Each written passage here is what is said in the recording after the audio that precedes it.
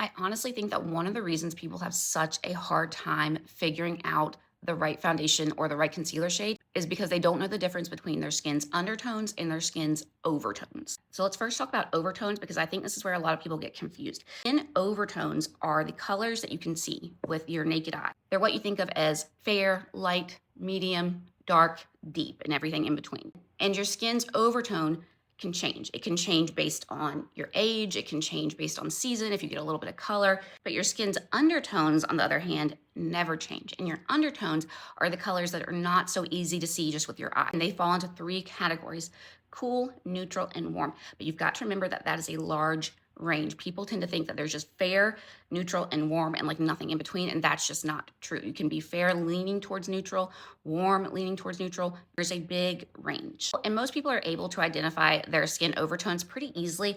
Undertones is where people tend to get a little bit mixed up.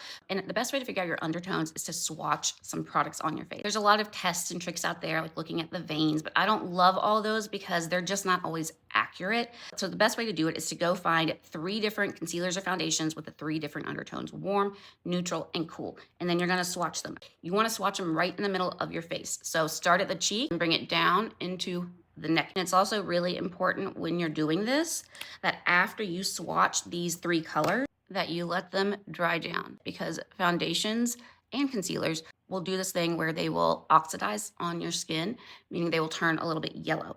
And it doesn't mean that it's a bad product. It just means that that product and your skin's pH, they didn't mesh very well. So this over here is cool, this is neutral, and this is warm.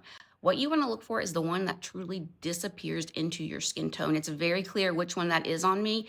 It is the warm one because I have got warm undertones. Okay, so I hope that this was helpful. Let me know if you want to see in the next video how to pick out blush colors, eyeshadow colors, lipstick colors based on your undertone.